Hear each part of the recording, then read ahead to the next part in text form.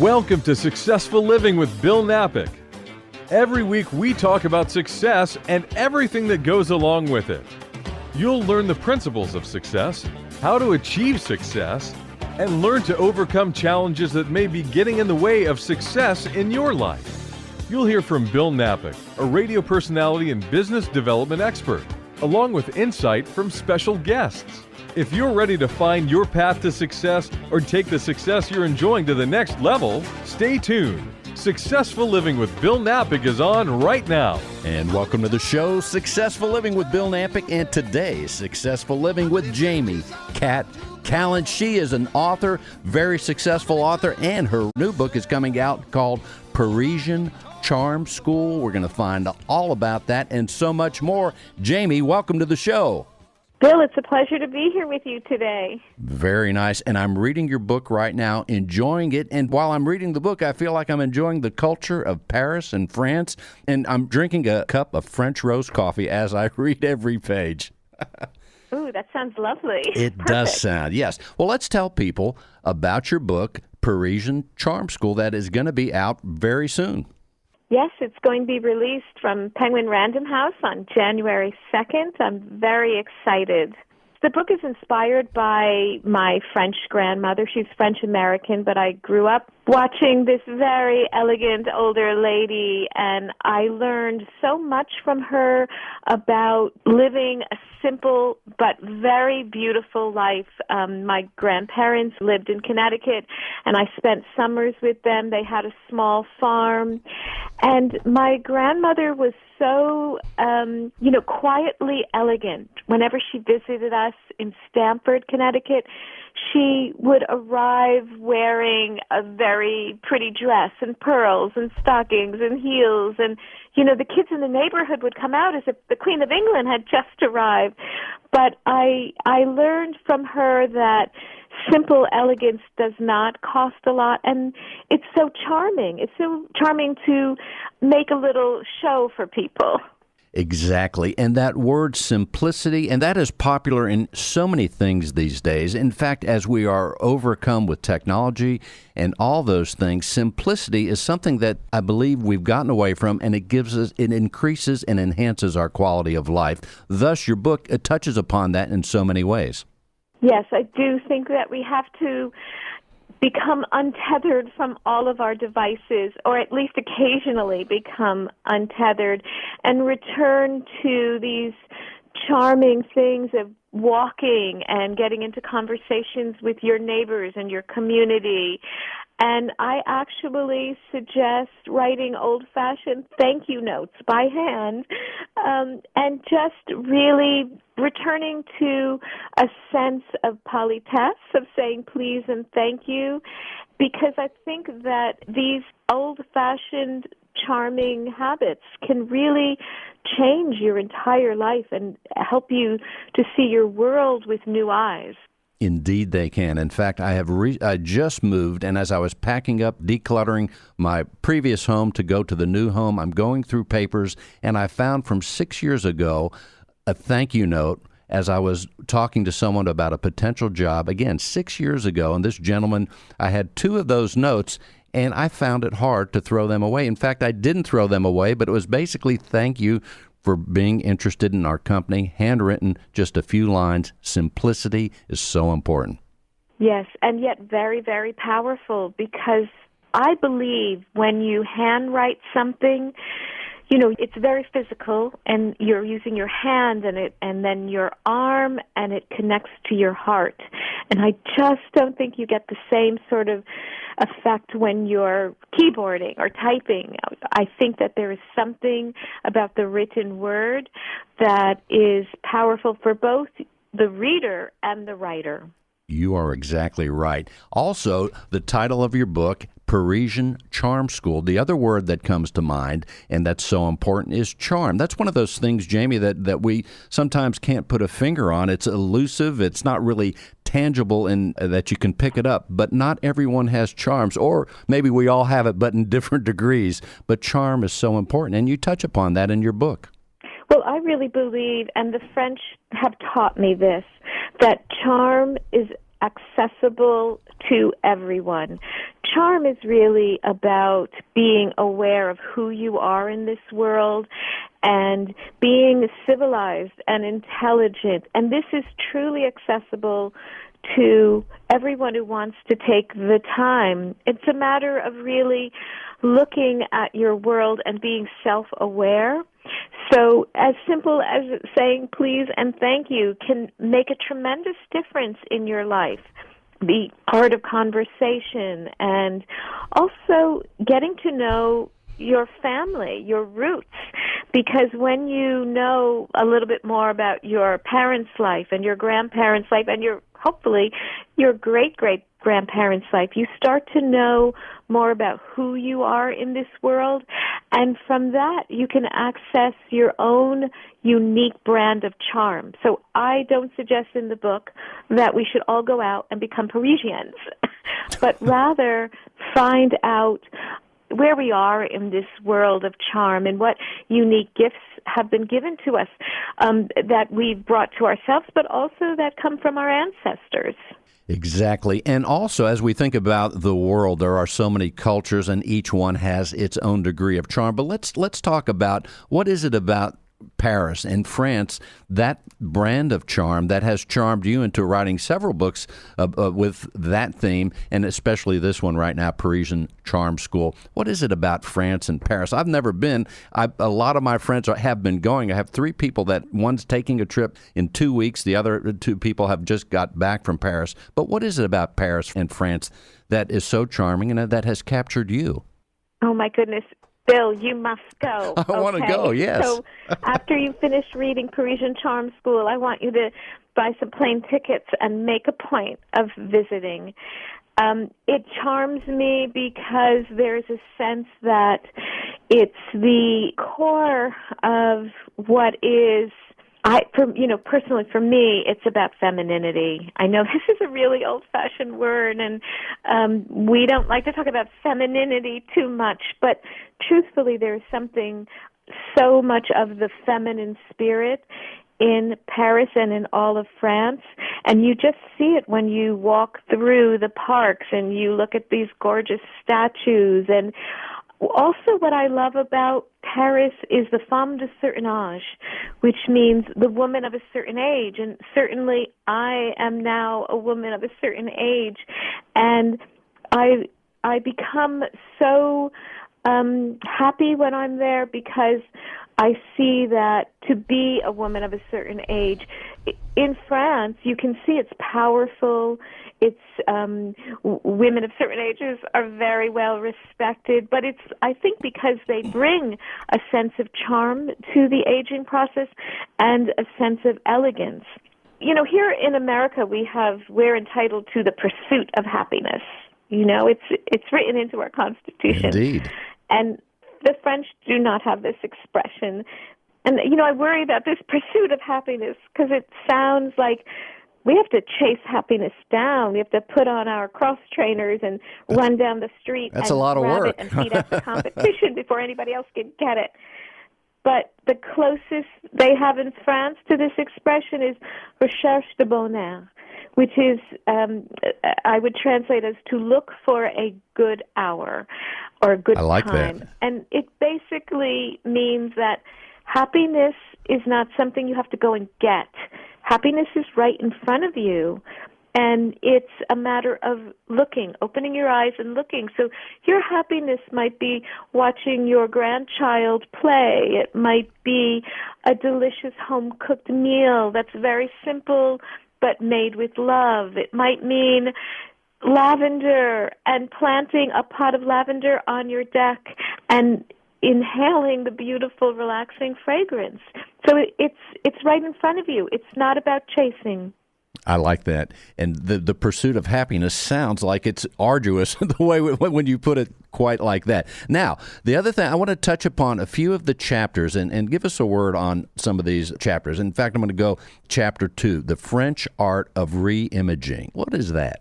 Yes, so it's about looking at who you are. It's to reimagine in a way. So here we have, makeovers, like drastic makeovers, and, it's extreme makeovers. Whereas the French have, and I have had a re-imaging session with a stylist actually a couple of times while I've been in France, and they focus on, well, who are you? Who are you? So they don't try to turn me into a Parisian, because I'm not. I'm an American gal. But rather, there's an exploration in terms of who influences you? Who is your muse? What are you drawn to? What time in history really inspires you? What are your favorite books and movies? Who would you aspire to be? Who do you admire? So that's really, so to get to be stylish and to have your own unique sense of personality, it's really about exploring something that's actually rather intellectual, but also exploring what's in your heart.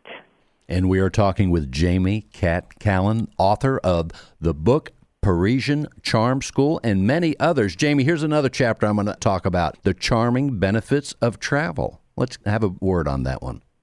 Oh, I think travel is very, very important in terms of opening your horizons and really finding out, again, who are you and what makes you happy. And, French women travel a lot, and a lot of that has to do with it's a small country. So they can easily go to Spain or Germany or England. It's very, very, it's not that far away. And I think that sometimes here we become a little insular because we have a big country. That said, we have lots of different really interesting parts of this country that we can visit and learn from. And oftentimes travel brings you back home. It's like the Wizard of Oz, where you get your wish comes true and you get to go to Oz and you have all of these adventures. But in a certain way, it teaches you about the beauty of your own home and why you love home. So for you to appreciate where you are right now, travel is essential, because you have to know who you are. I've never felt so American than when I travel. I realize, there are things about me that is uniquely American. And the whole idea of charm is about knowing who you are so that you can offer the gift of your unique self to the world you live in.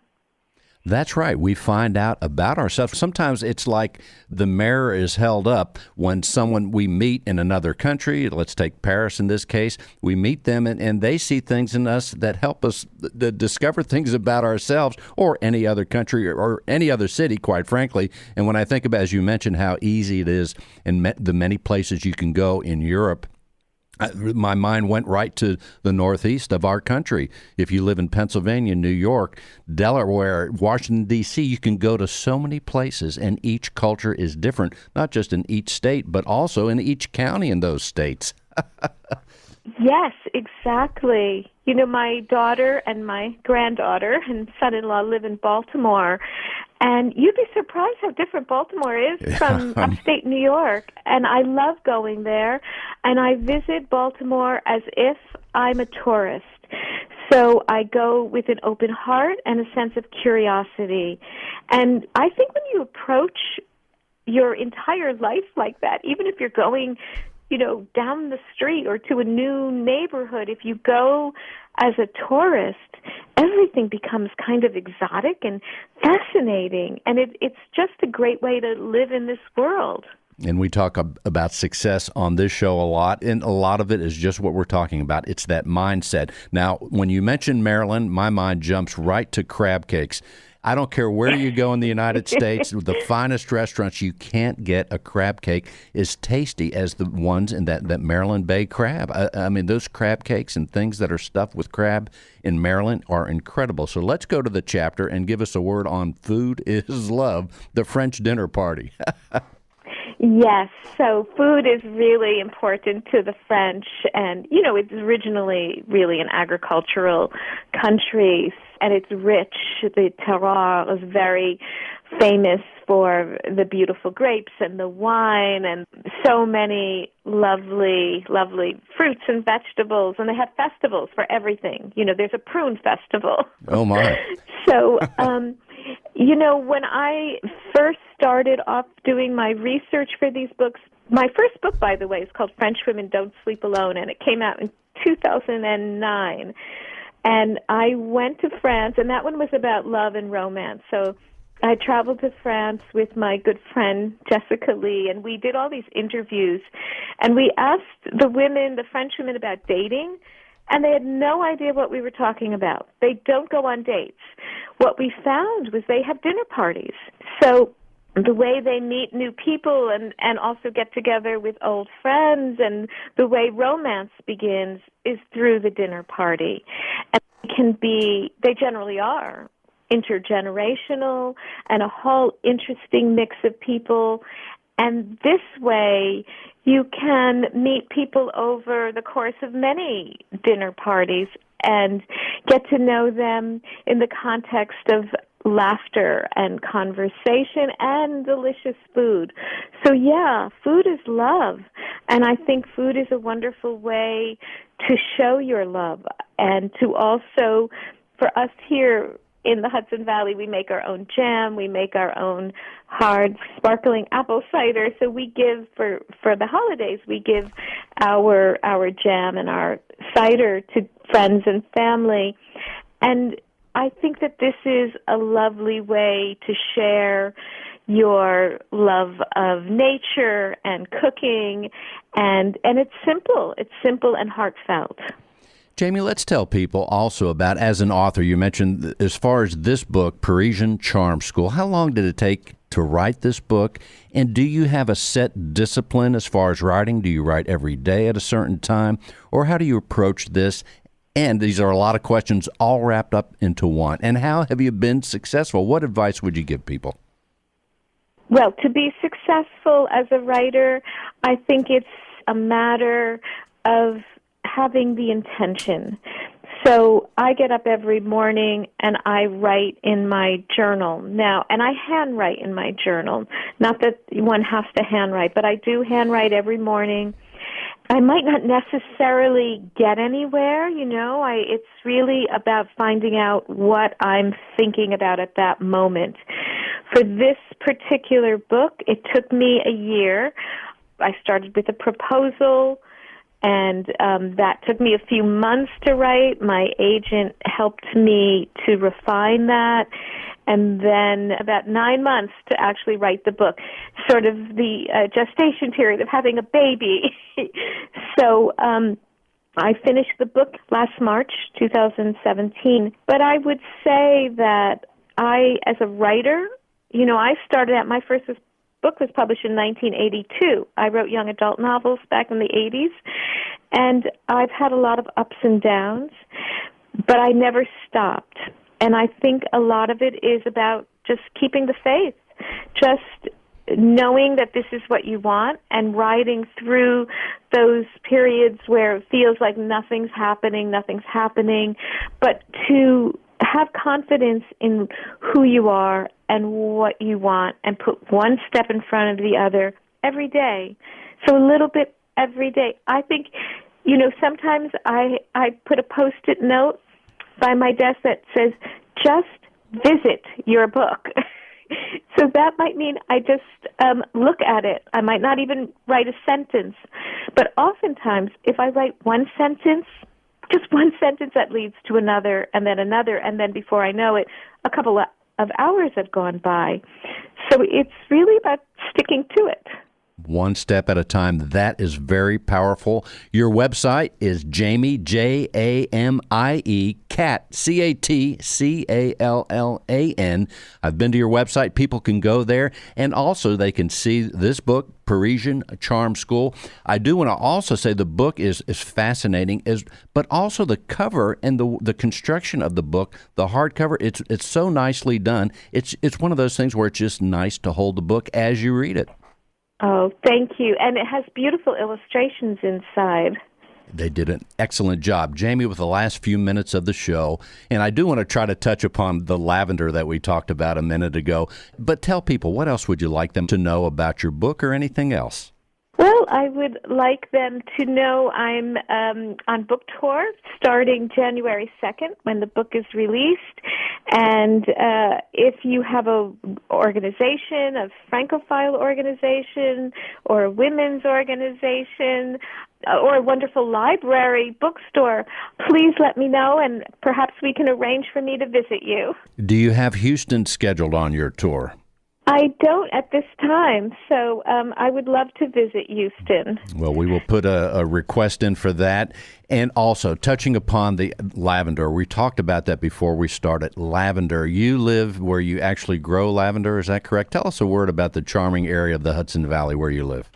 Yes, so we live 20 minutes south of Albany and about 20 minutes north of Hudson, New York.